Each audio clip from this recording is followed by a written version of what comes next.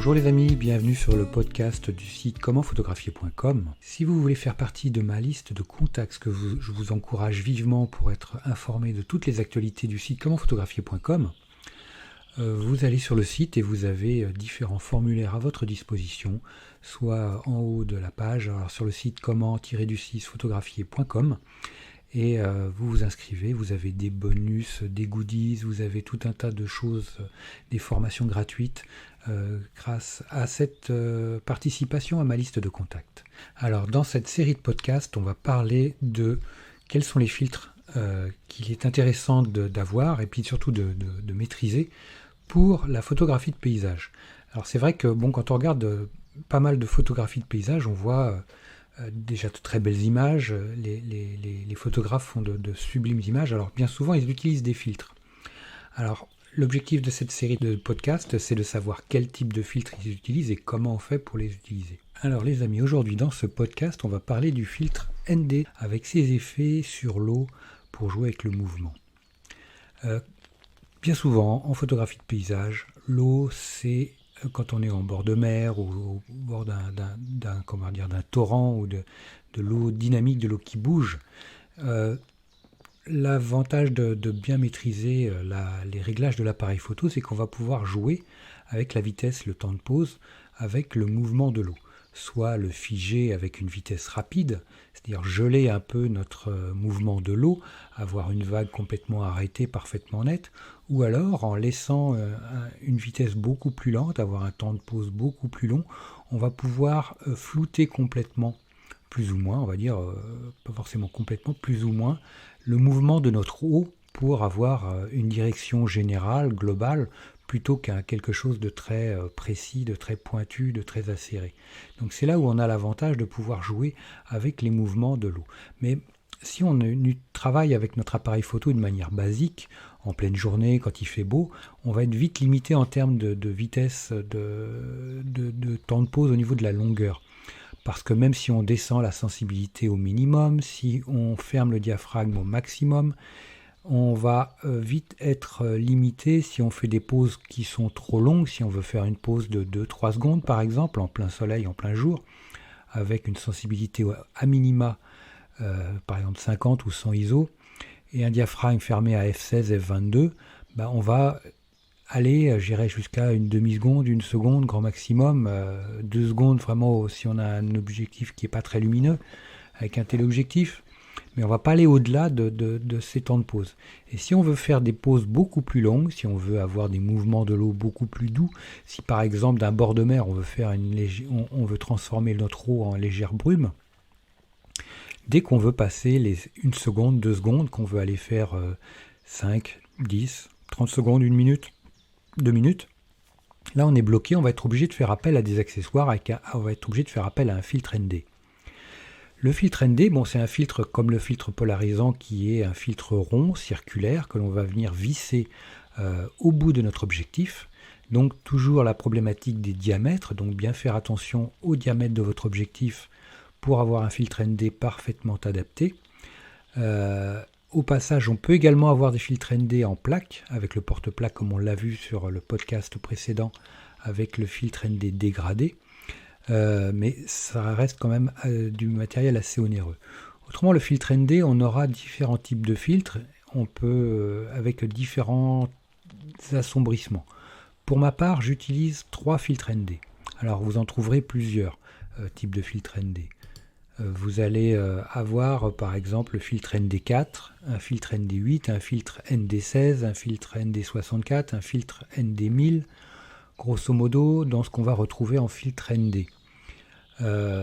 Moi j'en utilise 3 exactement. J'ai un filtre ND8 qui me permet un assombrissement de 3 stops, c'est-à-dire que sur une photo par exemple où j'ai un temps de pause de 1 seconde sans filtre, si je veux l'assombrir, je mets mon filtre ND8 devant mon objectif, bien de 1 seconde je vais ralentir ma vitesse de 3 stops, c'est-à-dire de 1 seconde pour un stop je vais passer à 2 secondes, pour 2 stops je vais passer à 4 secondes, et pour 3 stops je vais passer à 8 secondes.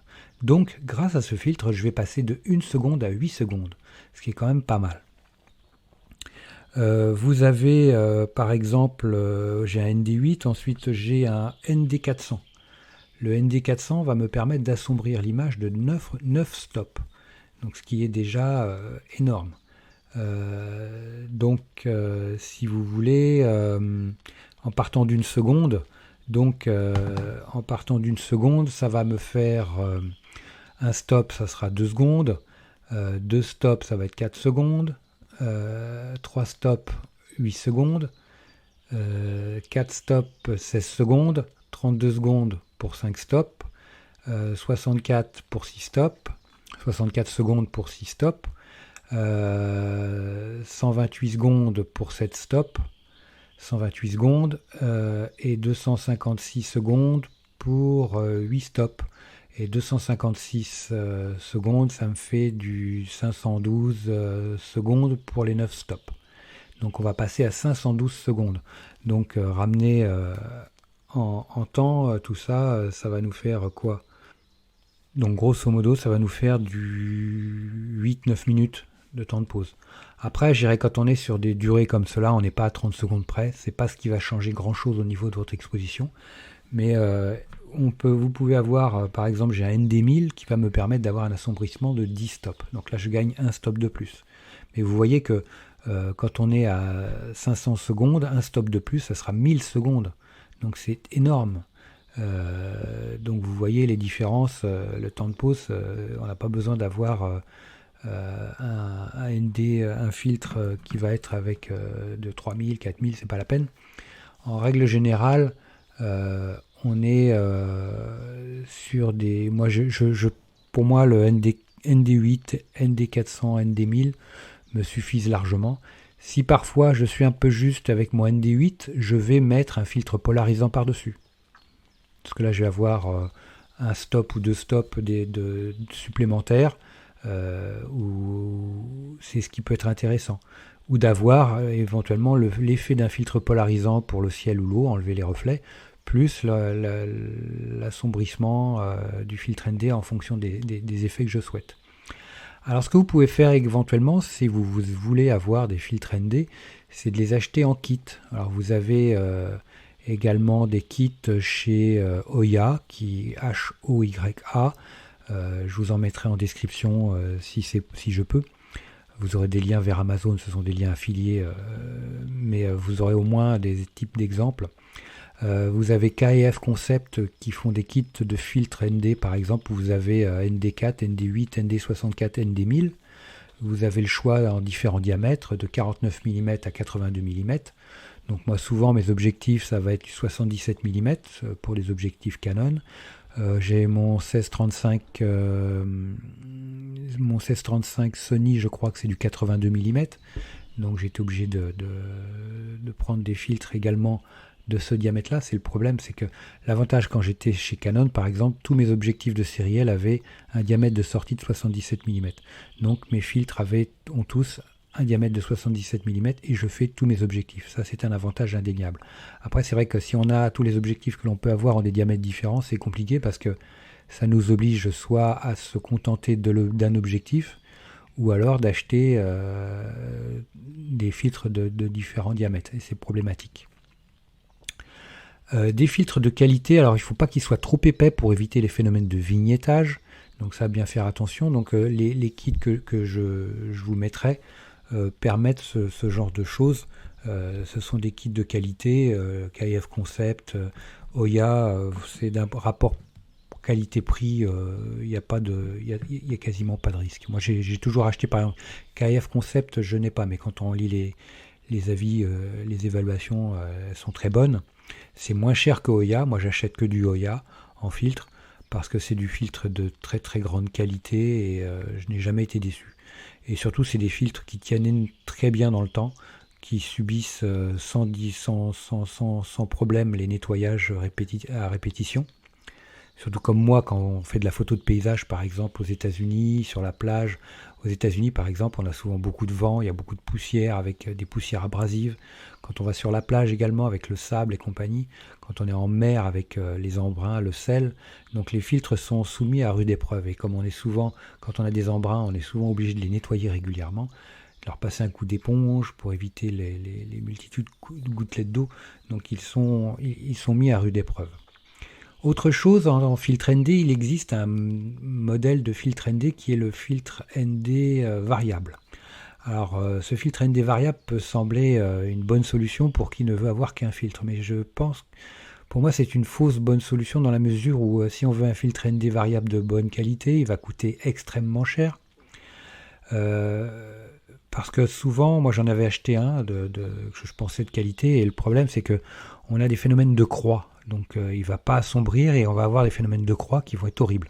Ça, j'en parle dans une des formations du site commentphotographier.com et sur les vidéos du site commentphotographier.com également. J'en parle de ces problématiques-là.